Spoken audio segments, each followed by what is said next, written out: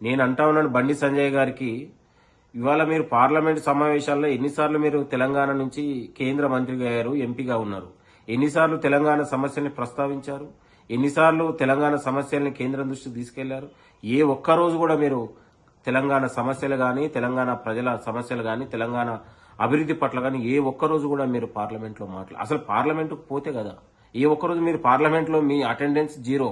మీరు తెలంగాణ ప్రభుత్వంపై మాట్లాడతారు, మీరు కాంగ్రెస్ పార్టీ గురించి మాట్లాడతారు. ఆపరేషన్ సింధూర్ తర్వాత దేశ ప్రజల ఆత్మగౌరవాన్ని తీసుకెళ్లి ట్రంప్ దగ్గర తాకట్టు పెట్టినటువంటి మోడీ ఇవాళ మీకు దేవుడు. మీరు మోడీ దగ్గర మోకరిల్లుతా ఉన్నారు. ఇవాళ మోడీకి బానిసలు మీరు. బండి సంజయ్ అనేటువంటి మోడీకి ఒక బానిస ఉన్నాడు.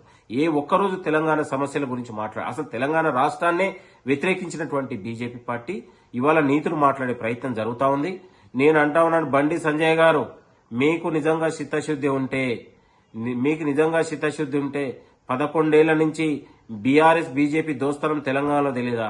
ఇవాళ బీఆర్ఎస్ బీజేపీల దోస్తానం ఏందో, మీ ఉన్నటువంటి రాజకీయ డ్రామాలేందో మీ పార్టీ ఎమ్మెల్యే రాజాసింగ్ అడిగితే చెప్తారు.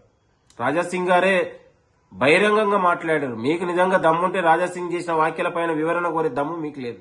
ఇవాళ మీరు కాంగ్రెస్ ప్రభుత్వం పైన, కాంగ్రెస్ గురించి మాట్లాడతారు.